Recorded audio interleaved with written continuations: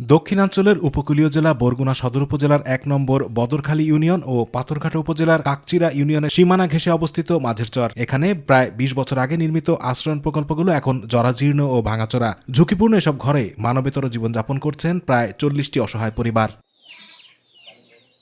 প্রাকৃতিক দুর্যোগপ্রবণ এই এলাকায় নেই কোনো কার্যকর সাইক্লোন শেল্টার। ঝড় কিংবা জলোচ্ছ্বাসের পূর্বাভাস পেলেই আতঙ্কে দিন কাটে চরবাসীর।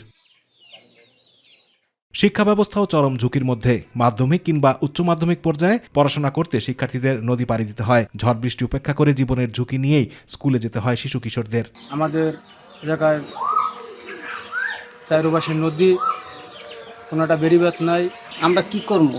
কোনো থাকার কোনো স্থান। আমাকে খুব পুরো বাচ্চা কাচ্চা লইয়ে থাকতে বড় কষ্ট হয়। সুশীল সমাজের প্রতিনিধিরা জানান, মাঝের চরে মোট ৮০টি আশ্রয়ণ ব্যারাক নির্মিত হলেও অধিকাংশই ঝুঁকিপূর্ণ। দ্রুত মেরামত ও সংস্কার না হলে যে কোনো সময় বড় ধরনের দুর্ঘটনা ঘটার আশঙ্কা করছেন তারা। এরা একেবারে বাধ্য হয়েই থাকে, কিন্তু সরকার একেবারেই উদাসীন এইসব জায়গায়। আমরা শুনি যে নানামুখী সংস্কার, নানামুখী পরিবর্তন, জনগণকে সামনে নির্বাচন, জনগণকে এইটা দেব ওইটা দেব।